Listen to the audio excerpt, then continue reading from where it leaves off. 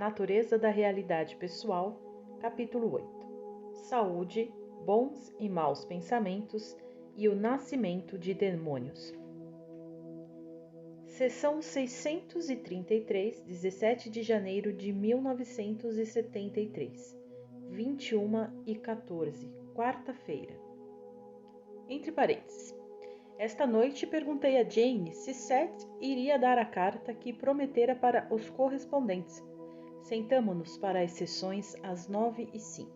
Nesse instante, o alarme de incêndio da cidade começou a tocar insistentemente, e depois várias outras sirenes. Jane passou uma grande parte do dia relendo seu manuscrito The Physical Universal of as Idea Construction e escrevendo material novo relacionado a esse trabalho. Ela recebeu o original em um estado transcendente na noite de 9 de setembro de 1963. Esse evento deu início a seu desenvolvimento psíquico, quase 10 anos mais tarde. O trabalho ainda serve como uma pedra de toque para ela. E hoje Jane descobriu conceitos nele para os quais estivera cega antes. Ver The Set Material e Set Speaks para mais informações sobre Idea Construction. Boa noite. Iniciaremos com uma carta. Querido amigo, agradeço seu interesse por meu trabalho e pelas sessões. Tenho também consciência de sua necessidade muito natural e humana de traduzir a filosofia para o seu dia a dia e suas ações. As ideias, porém, são ferramentas que você recebe para usar à sua própria maneira. Quanto mais frequentemente usar esses instrumentos mentais, mais eficiente irá se tornar no desenvolvimento e desempenho de seus próprios e exclusivos dons. Há pessoas em seu mundo a quem pode sempre recorrer pedindo ajuda. Amigos, confidentes ou médicos, psicólogos e paranormais. Dependendo de onde estiver, qualquer dessas pessoas poderá ajudá-lo.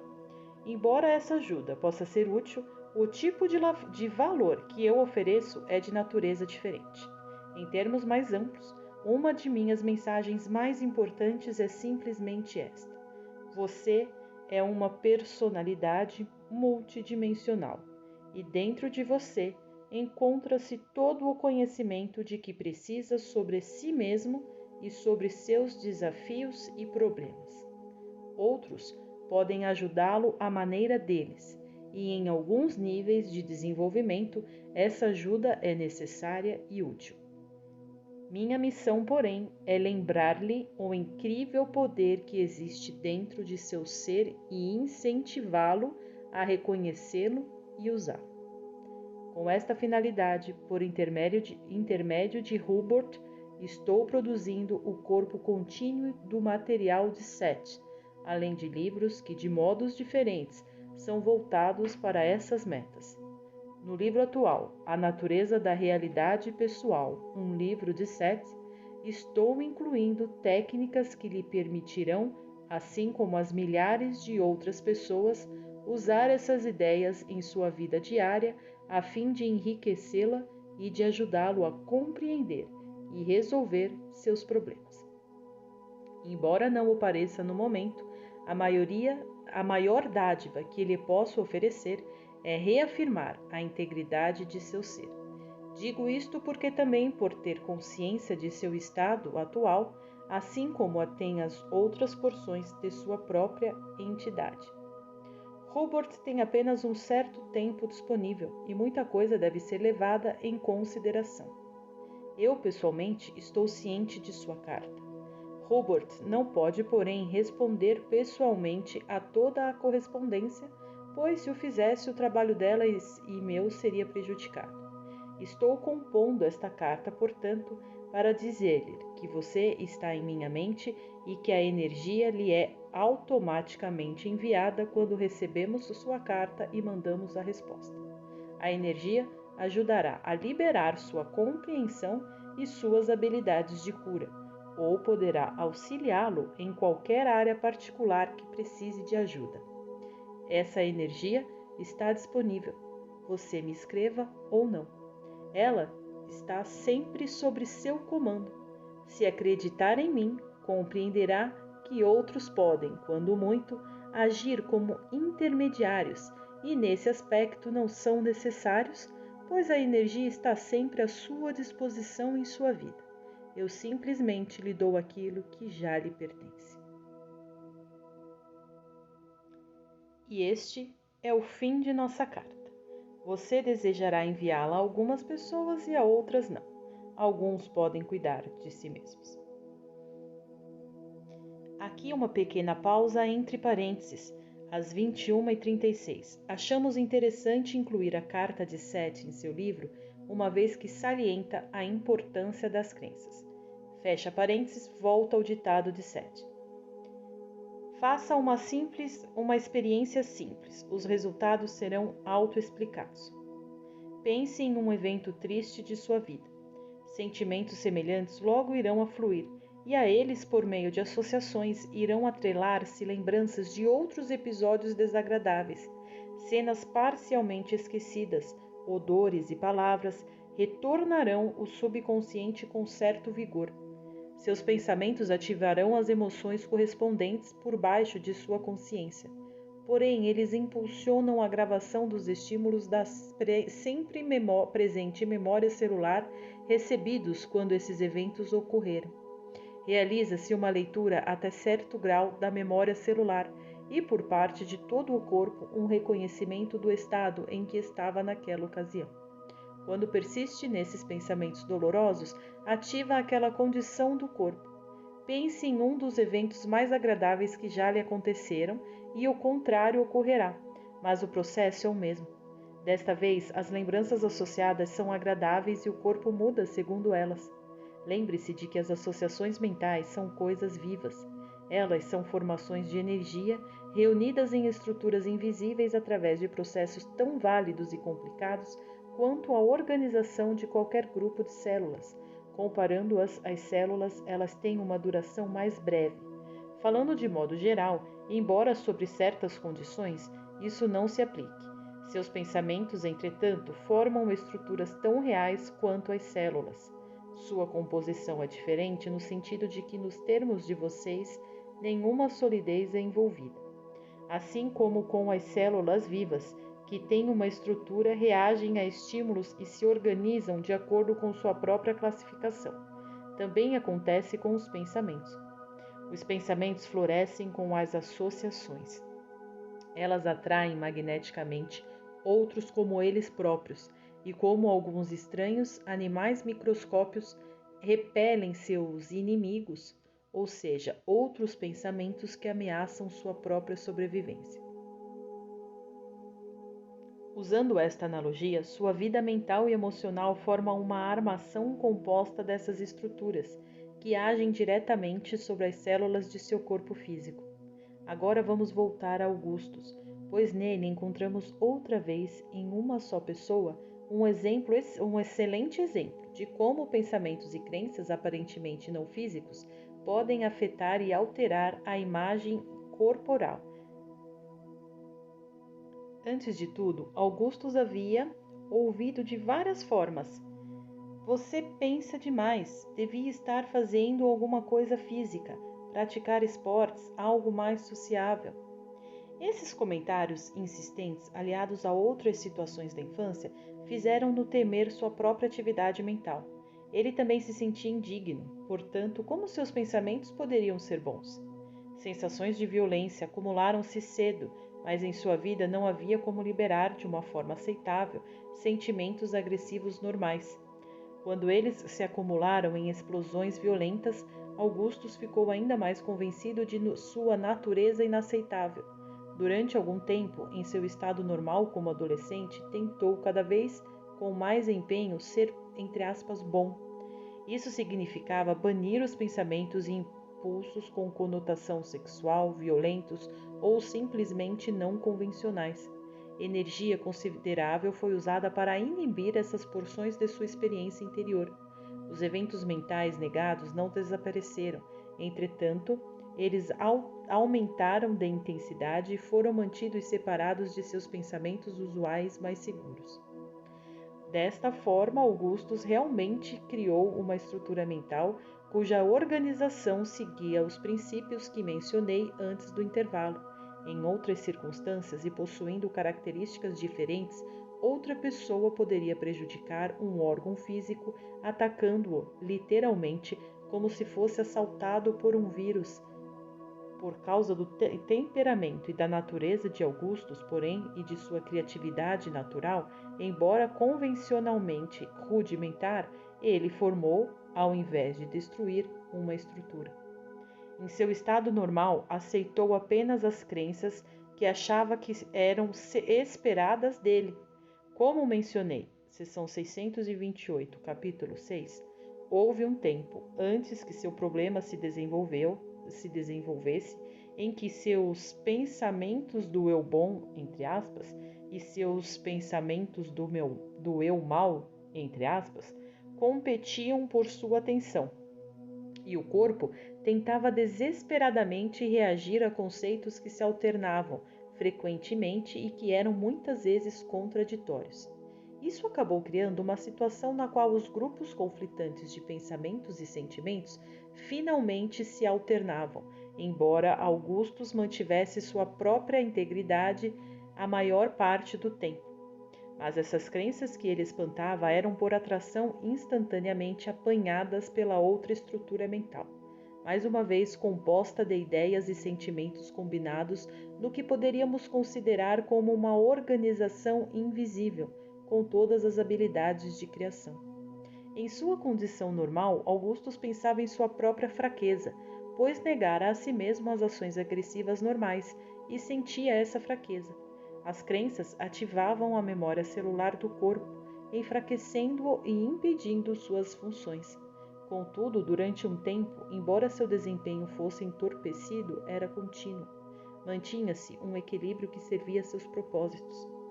Ele ficou com medo de que o corpo perdesse o controle e cometesse uma ação violenta, porque tinha naturalmente consciência da força dos pensamentos e sentimentos rejeitados.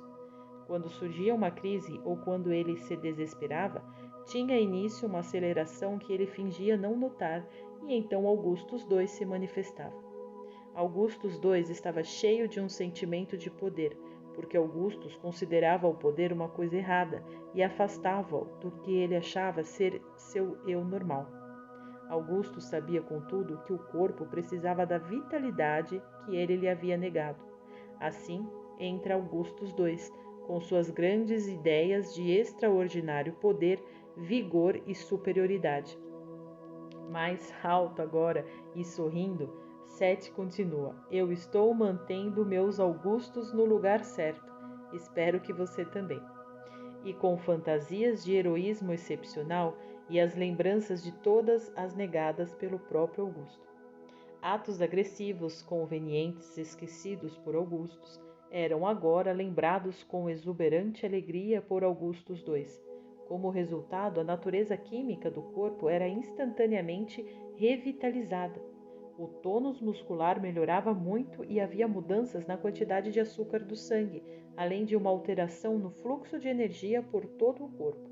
Eu soube, quando Hubert conversou com Augustus, que o jovem identificava Augustus II com seu lado esquerdo.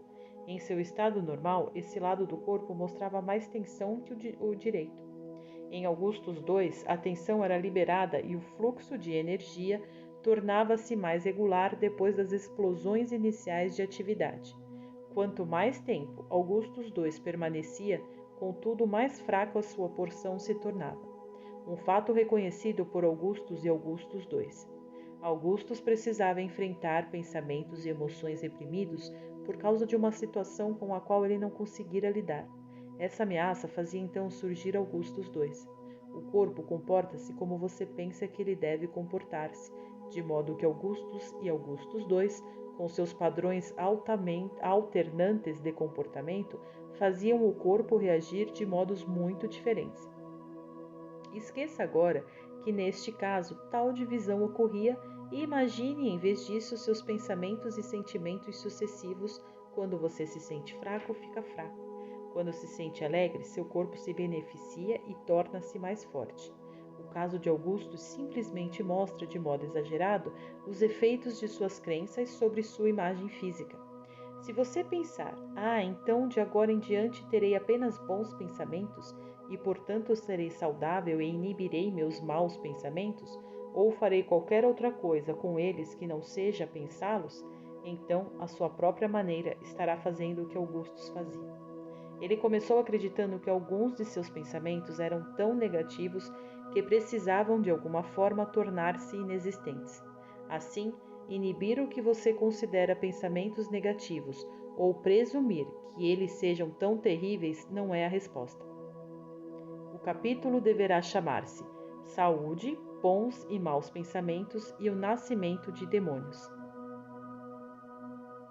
Suas crenças sobre o que é desejável e o que não é, o que é bom e o que é mal, não podem ser divorciadas das condições de seu corpo. Suas próprias ideias de valores podem ajudá-lo a ter boa saúde ou causar doenças, porém trazer para sua experiência o sucesso ou o fracasso, a felicidade ou a tristeza. Cada um de vocês, porém, interpretará esse último comentário de acordo com seu próprio sistema de valores. Vocês terão ideias definidas sobre o que significa sucesso ou fracasso, ou o que significa bom ou mal. Seu próprio sistema de valores, então, é formado com suas crenças sobre a realidade. E essas crenças formam sua experiência. Suponhamos que você acredite que para ser bom precisa ser perfeito.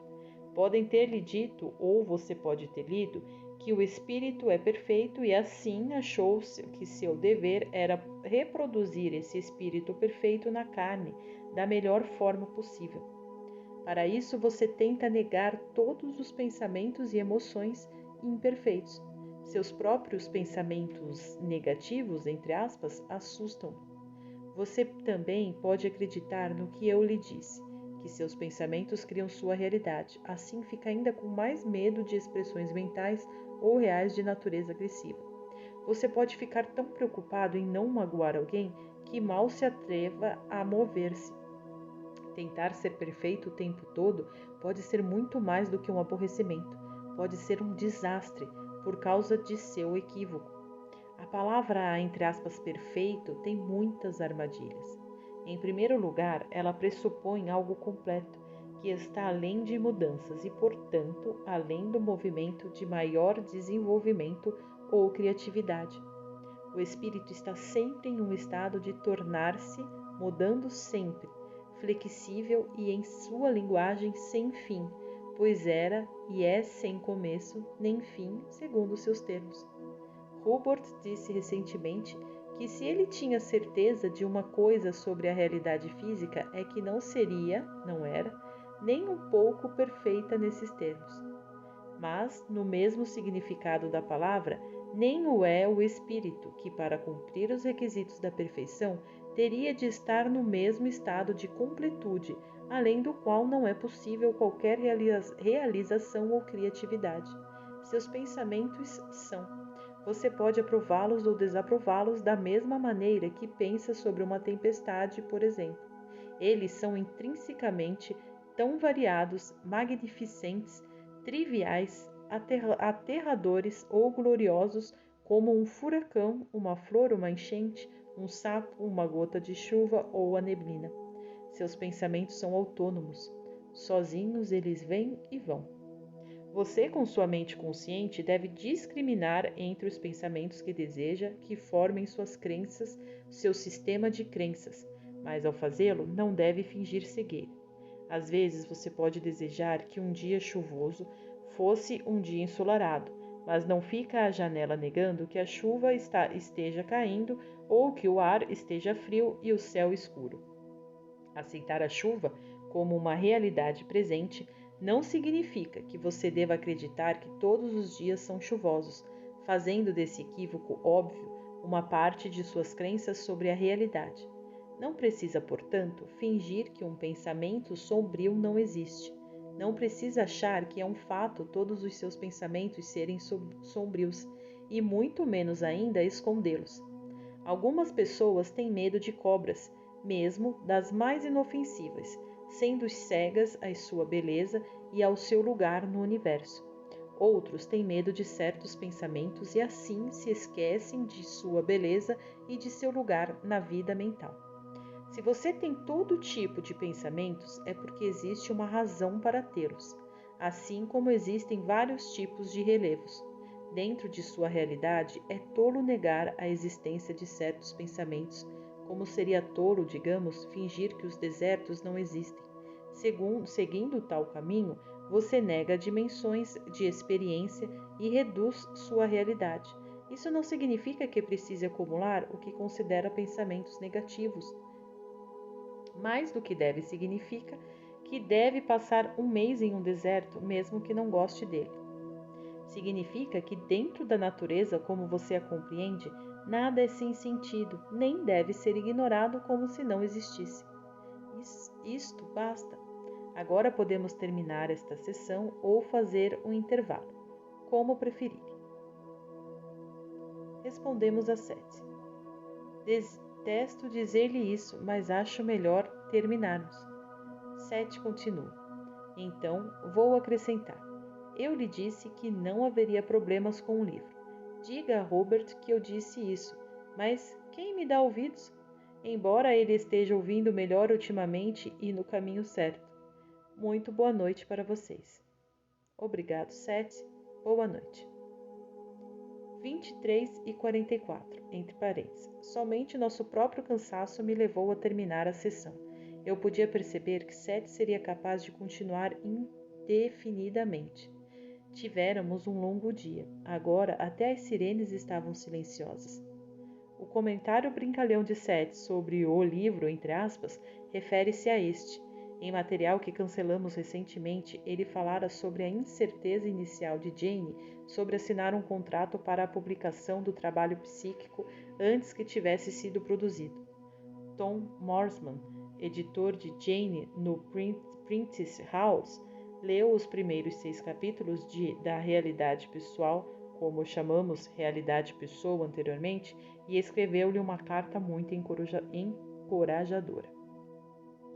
Seção 634, 22 de janeiro de 1973, 21h19, segunda-feira. Cada pessoa terá uma definição ligeiramente diferente para emoções negativas, entre aspas. Uma pode achar pensamentos sexuais estimulantes maravilhosos e um tipo muito agradável de diversão. Outra pode considerá-los impuros, maus, doentios ou até desvantajosos. Algumas pessoas podem, com tranquilidade e exuberância, imaginar-se em uma luta, uma briga, batendo sem pena no, entre aspas, demônio do adversário. Os mesmos pensamentos podem encher outro homem de intenso terror e graves sentimentos de culpa. Este mesmo homem, que propositalmente não teria fantasias de tal natureza em condições normais, poderá, durante uma guerra, imaginar-se matando o inimigo com os maiores sentimentos de santa alegria e retidão. O que em geral se esquece é a verdadeira natureza real da agressividade, que em seu sentido mais verdadeiro simplesmente significa ação vigorosa. Isso não implica necessariamente em força física, mas sim no poder da energia dirigindo a uma ação material. O nascimento é talvez a agressão mais vigorosa, em seus termos, de que vocês são capazes de suportar em seu sistema de realidade. Da mesma maneira, o crescimento de qualquer ideia dentro do mundo temporal é de fato uma forma de agressão criativa. E impossível tentar apagar a verdadeira agressividade, pois isso faria a vida, como vocês a conhecem, desaparecer. Qualquer tentativa para prejudicar o fluxo da verdadeira agressão resulta em uma pseudo-agressão deformada, irregular e explosiva, que causa guerras, neuroses individuais e um grande número de seus problemas em todas as áreas.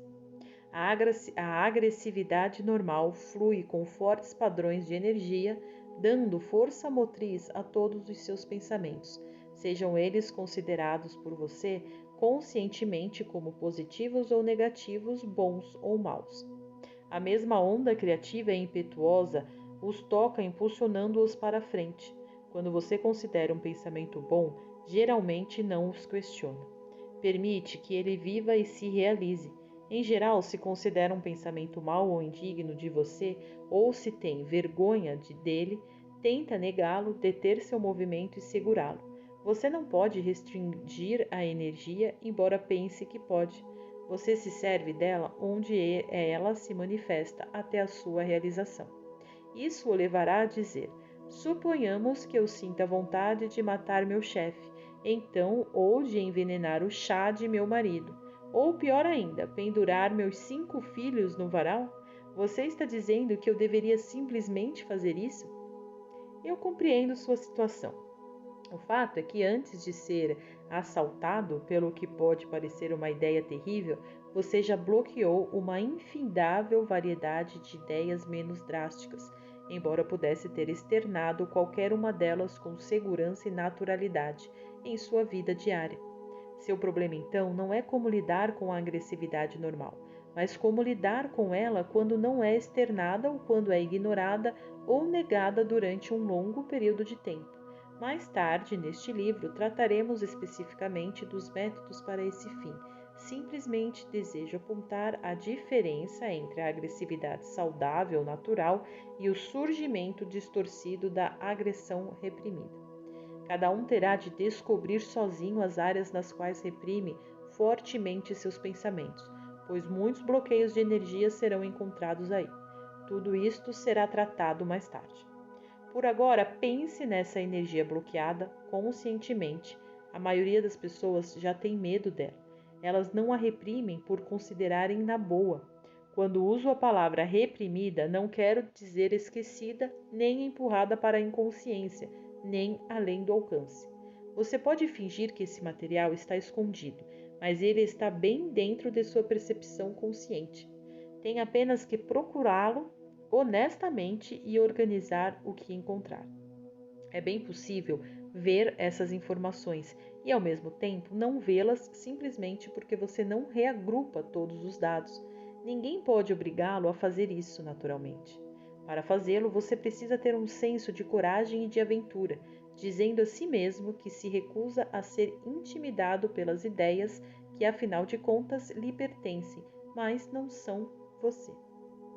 Com frequência se ouve que o homem acredita em demônios por acreditar em deuses.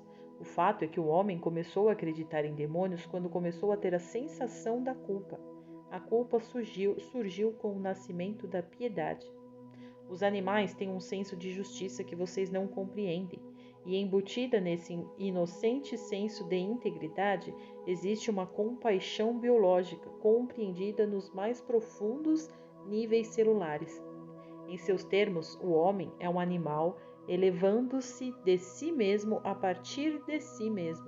Ele não busca mais desenvolver, sempre do seu ponto de vista, novas características corporais mais avançadas, mas cria, a partir de suas necessidades, desejos e de sua preciosa agressividade natural, estruturar as internas que têm relação com valores, espaço e tempo. Em graus diferentes, este mesmo ímpeto aparece em toda criatura. Em tarefa significativa que o homem precisava afastar-se dos aspectos autorreguladores precisos, seguros e limitadores do instinto. O nascimento de uma mente consciente, como vocês pensam nela, indicou que a espécie tomara sobre si o livre-arbítrio. Procedimentos embutidos que haviam sido tão positivamente suficientes podiam agora ser substituídos. Eles se transformaram em sugestões em vez de regras. A compaixão elevou-se da estrutura biológica para a realidade emocional. A nova consciência aceitou seu triunfo, a liberdade, e viu-se frente a frente com a responsabilidade por ações de um nível consciente e com o nascimento da culpa. O gato que brinca com o rato e come-o não é maligno. Ele não sente culpa. Em níveis biológicos, ambos os animais compreendem. A consciência do rato, com o conhecimento inato da dor iminente, abandona-lhe o corpo. O gato usa a carne quente. O rato, por sua vez, já foi caçador, assim como presa, e ambos compreendem os termos em formas muito difíceis de explicar. Em certos níveis, tanto o gato como o rato compreendem a natureza da energia vital que compartilham e não são, nesses termos, ciumentos de sua própria individualidade. Isso não significa que eles não lutem para viver, mas sim que têm um sentido inconsciente embutido na unidade com a natureza, que os faz saber que não serão perdidos nem imergidos. O homem, perseguindo seu próprio curso, escolheu sair dessa estrutura em nível consciente. O nascimento da compaixão tomou, então, o lugar do conhecimento inato dos animais. A compaixão biológica transformou-se em compreensão emocional. O caçador, mais ou menos livre da cortesia animal, seria forçado a identificar-se emocionalmente com a presa. Matar é ser morto. O equilíbrio da vida sustenta tudo. Ele precisa aprender em nível consciente o que sempre soube. Este é o significado intrínseco, e o único real da culpa e de sua estrutura natural. Vocês têm que preservar a vida conscientemente, portanto, como os animais a preservam inconscientemente. As interpretações e usos desta culpa, tão natural, são horrendos. A culpa é o outro lado da compaixão. Seu propósito original era permitir que vocês tivessem empatia com vocês mesmos e com outras criaturas, em nível consciente, de modo a controlar conscientemente o que antes era tratado apenas em nível biológico. A culpa, nesse sentido, portanto, tem uma base fortemente natural e, quando ela é corrompida, mal usada ou mal compreendida, adquire aquela grande energia aterradora de qualquer fenômeno básico desgovernado. Se você acha que é culpado por ter lido um tipo ou outro de livro ou tido certos pensamentos, corre riscos específicos. Se acredita que algo é errado em sua experiência, isso será errado e irá considerá-lo uma coisa negativa. Aí então irá reunir uma culpa artificial, uma culpa que não merece, mas que aceita e assim cria. Em geral, não terá orgulho dessa criação. Se acreditar firmemente em saúde debilitada, poderá usar essa energia reprimida para atacar um órgão físico. Uma vesícula biliar pode tornar-se má. De acordo com seu próprio sistema de crenças, você talvez confie na integridade de seu corpo e projete essa culpa sobre outros, um inimigo pessoal ou uma raça, credo ou cor em particular. Se você for religioso e fundamentalista em suas crenças, poderá culpar um demônio que o faz comportar-se desta ou daquela maneira. Assim como o corpo cria anticorpos para regular-se, você também irá estabelecer anticorpos mentais e emocionais, certos pensamentos bons para protegê-lo das fantasias ou ideias que considera más. Quando seus instintos embutidos não são manipulados, o corpo basicamente se autorregula. Ele não mata todas as células vermelhas do sangue, se houver muitas delas em um determinado momento. Ele tem bom senso.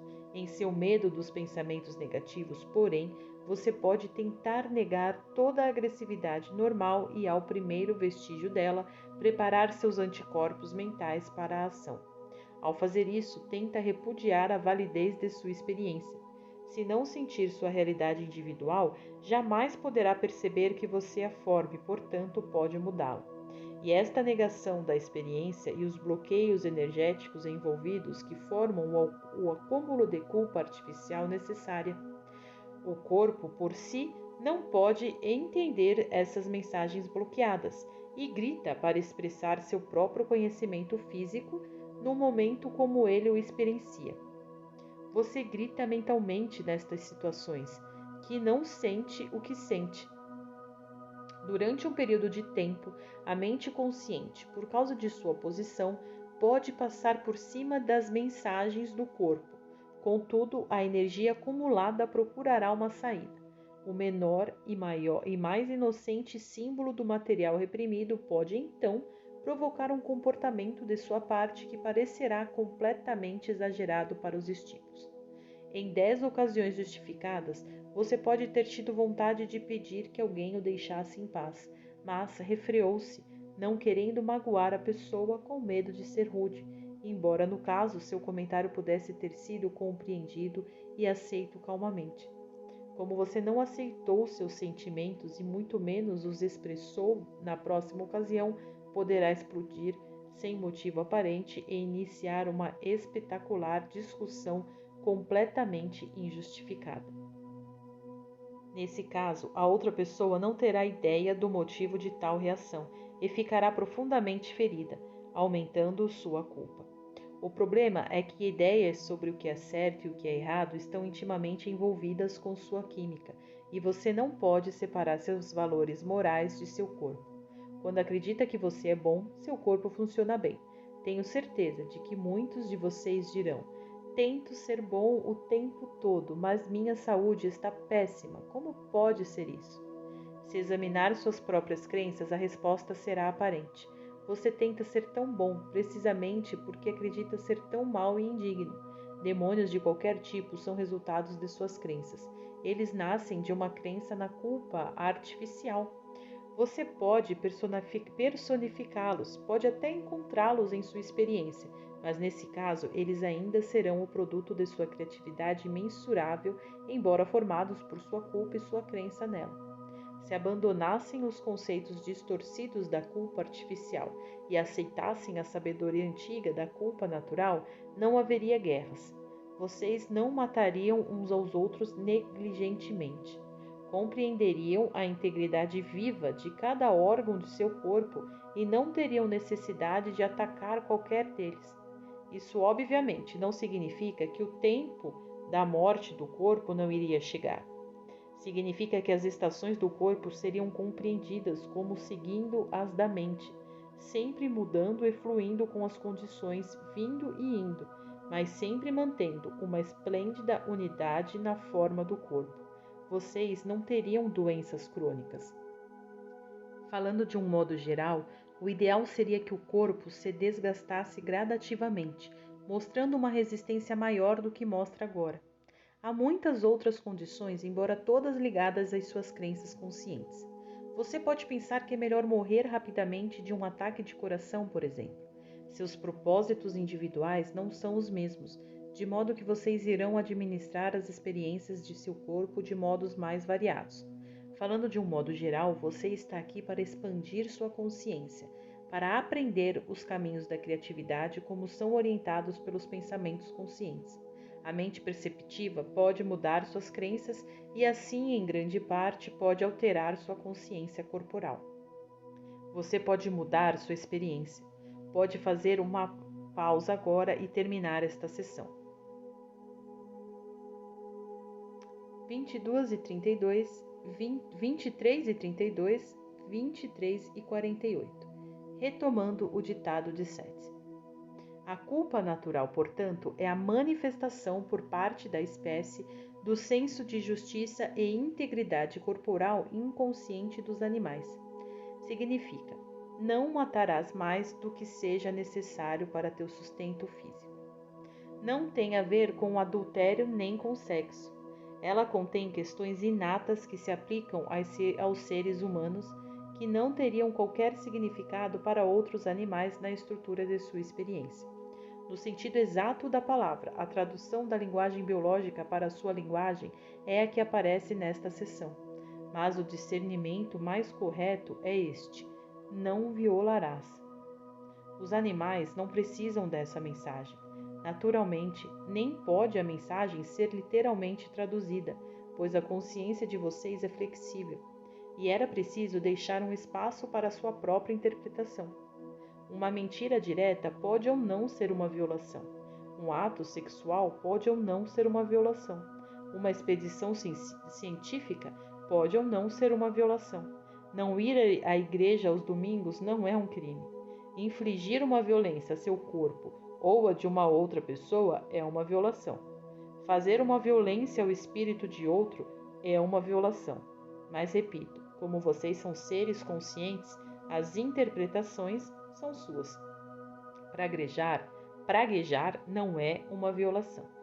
Se você acreditar que seja, então em sua mente passará a ser. Matar outro ser humano é uma violação. Matar para proteger seu próprio corpo da morte nas mãos de outra pessoa por contato imediato é uma violação. Pareça ou não haver uma justificativa, a violação existe. Como vocês acreditam que a autodefesa física seja a única forma de opor-se a tal situação, irão dizer: se eu for atacado por outra pessoa, você está me dizendo que eu não posso opor-me agressivamente à intenção óbvia de ser destruído? Nada disso. Você sabe opor-se a tal ataque de várias formas que não o levem a matar. Não estaria nessa situação hipotética para começar se pensamentos violentos, encarados ou não o tivessem atraído para você. Mas desde que o fato exista e de acordo com as circunstâncias, muitos métodos poderiam ser usados. Como você acha que agressão é sinônimo de violência, não entende que uma ordem de paz agressiva, vigorosa, ativa, mental ou falada possa salvar-lhe a vida em um caso desses, mas pode. Em geral, há uma variedade de atos físicos que não envolvem a morte de uma pessoa e que seriam suficientes. Enquanto acreditar que a violência deva ser enfrentada com violência, você a está atraindo, bem como suas consequências. Em termos individuais, seu corpo e sua mente transformam-se no campo de batalha, assim como o corpo físico da Terra. Em termos coletivos, sua forma material está viva em consequência da agressão natural, a ação equilibrada, vigorosa e direta que é o veículo da criatividade. Se você cortar o dedo, ele irá sangrar. Nesse processo, o sangue limpa quaisquer venenos que tenham penetrado no corte. O sangramento é benéfico e o corpo sabe quando pará-lo. Se o fluxo continuasse, seria errado ou prejudicial, como vocês diriam, mas o corpo não pensaria que o sangue era mau por continuar seu curso de ação. Não tentaria deter todo o sangue por considerá-lo maligno. Pelo contrário, faria os ajustes necessários para deter o sangramento naturalmente. Usando esta analogia, quando você acha que os pensamentos agressivos são errados, você nem pensa em permitir que o sistema supere o problema. Em vez disso, tranca o, entre aspas, veneno no interior. Assim como pode ocorrer uma infecção na carne, a mesma coisa pode acontecer em sua experiência mental. Fisicamente, você pode acabar desenvolvendo um sério problema, e mental e emocionalmente, essa sobrecarga nas forças naturais talvez resulte em estruturas de ideias doentias isoladas de outros conceitos mais saudáveis. Elas podem ser como tumores. Não se trata aqui de uma falta de oxigênio, por exemplo, mas de um bloqueio, de uma falta de fluidez entre os elementos de sua experiência consciente. Seção 635, 24 de janeiro de 1973, 21h44, quarta-feira. A culpa natural está também extremamente ligada a lembranças e surgiu juntamente com a excursão da humanidade à experiência do passado, presente e futuro. A culpa natural devia ser uma medida preventiva. Ela precisava da existência de um sistema de memória sofisticado, no qual novas situações e experiências pudessem ser julgadas em relação a outras evocadas, com avaliações feitas em um momento intermediário de reflexão. Quaisquer atos prévios que tivessem despertado sentimentos de culpa natural deviam ser evitados no futuro, devido aos caminhos múltiplos abertos à espécie, não apenas à natureza altamente específica de muitos tipos de instintos animalescos já não se aplicava, mas um curioso equilíbrio tinha que ser mantido.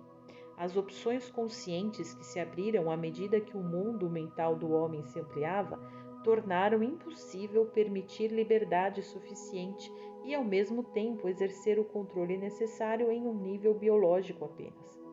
Assim, foram necessários controles para que a mente consciente, impedida de usar plenamente os tabus inatos dos animais, não escapasse. A culpa natural, depende, portanto, da memória. Ela não carrega consigo qualquer ligação embutida com a punição como vocês a entendem. Repito que devia ser uma medida preventiva. Qualquer violação contra a natureza causaria um sentimento de culpa, de modo que, quando uma situação semelhante fosse enfrentada no futuro, o homem não iria, depois de um momento de reflexão, repetir o mesmo ato.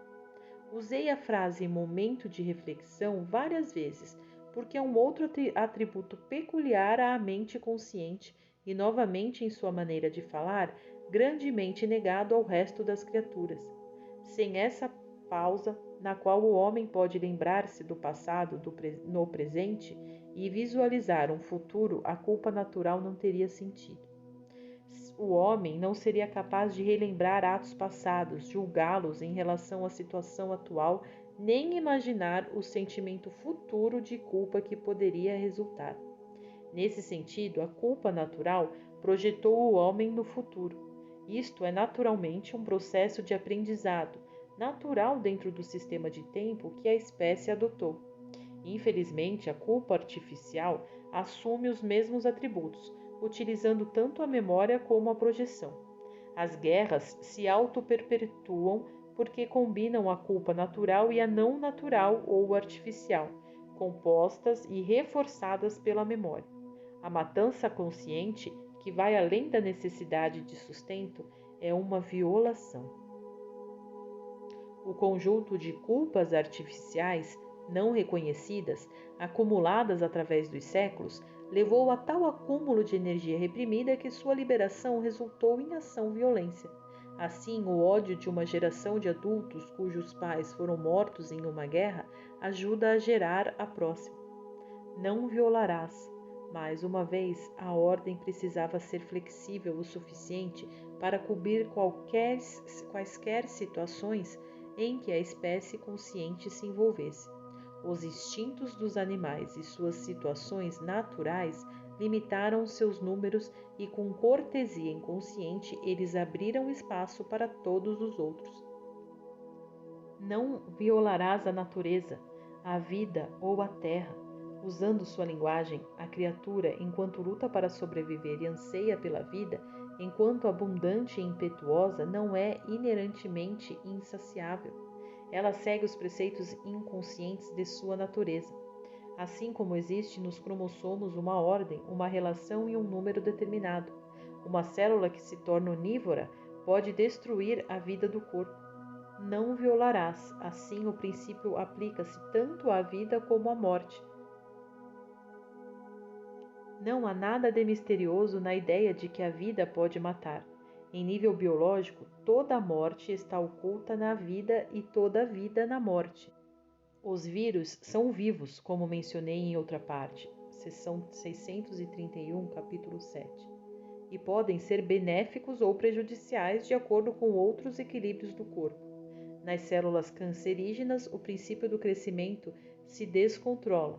Na criação, cada espécie tem seu lugar, e caso se multipliquem de uma forma que saia da sua própria ordem, a vida e o corpo da própria Terra correrão perigo.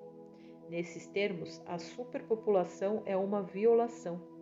Tanto no caso de guerra como de supercrescimento, a espécie ignorou sua culpa natural. Quando um homem mata outro, independentemente de suas outras crenças, uma certa porção de sua mente consciente está sempre consciente da violação, envolvida embora possa justificá-la. Quando as mulheres dão à luz em um mundo muito populoso, elas também sabem, como uma parte de sua mente consciente, que uma violação está ocorrendo. Quando sua espécie vê que está destruindo outra espécie e destruindo o equilíbrio natural, está conscientemente sabendo de sua violação. Quando essa culpa natural não é enfrentada, há outros mecanismos que devem ser empregados. Torno a dizer, apesar de repetir-me, muitos de seus problemas resultam do fato de que vocês não aceitam a responsabilidade de sua própria consciência.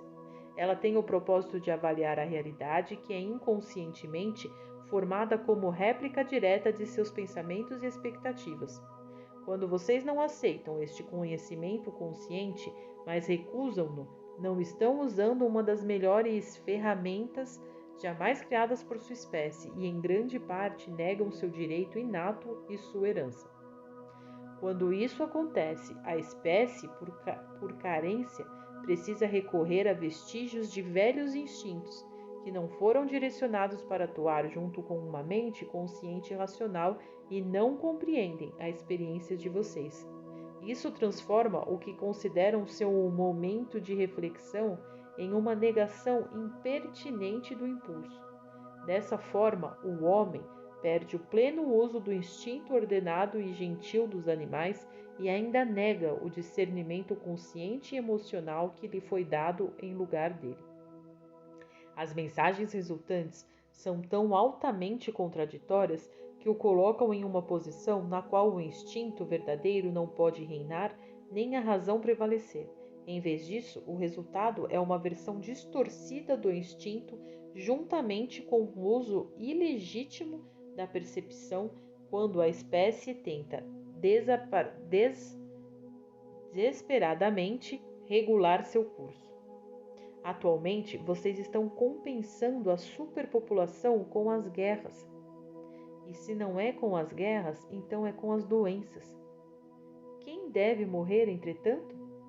Os jovens que seriam pais? A compreensão da natureza da integridade da culpa natural os salvaria de tal situação. Os demônios, suas próprias projeções, são então colocados sobre um inimigo nacional ou sobre o líder de uma outra raça. Às vezes, massas populacionais inteiras projetam sobre outros grandes grupos as imagens de suas próprias frustrações não enfrentadas. Mesmo em Augustus, você encontra o herói e o vilão, separados e diversificados. Assim como um homem pode ser tão dividido, também o pode uma nação e um mundo, e também a espécie.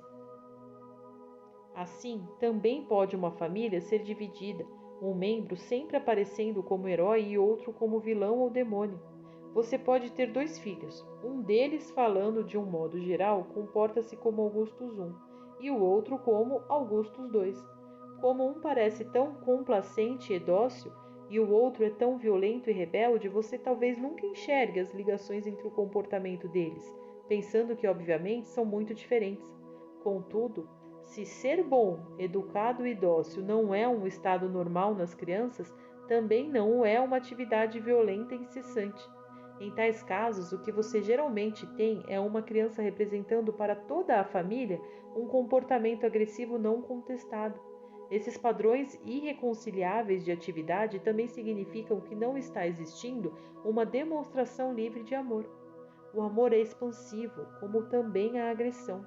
Você não pode inibir um sem afetar o outro da mesma forma. Portanto, nessas condições, a criança dócil e amável está geralmente projetando e expressando o amor reprimido pela família como um todo. Tanto o vilão quanto o herói terão problemas, porém, pois cada um está negando outros aspectos legítimos de sua experiência. O mesmo se aplica a nações. A culpa natural é um mecanismo criativo que tem o propósito de servir como estímulo consciente uma solução de problemas que, em seus termos, nenhum outro animal jamais teve. Aproveitando-a, vocês saltam para mais longe ainda, através de fronteiras desconhecidas e penetram dimensões de consciências latentes desde o nascimento da mente consciente. A culpa natural, quando seguida, é um guia sábio que não apenas traz consigo uma integridade biológica, mas que também precipita dentro da consciência aspectos de atividade que de outra forma permaneceriam confinados. Fim do capítulo.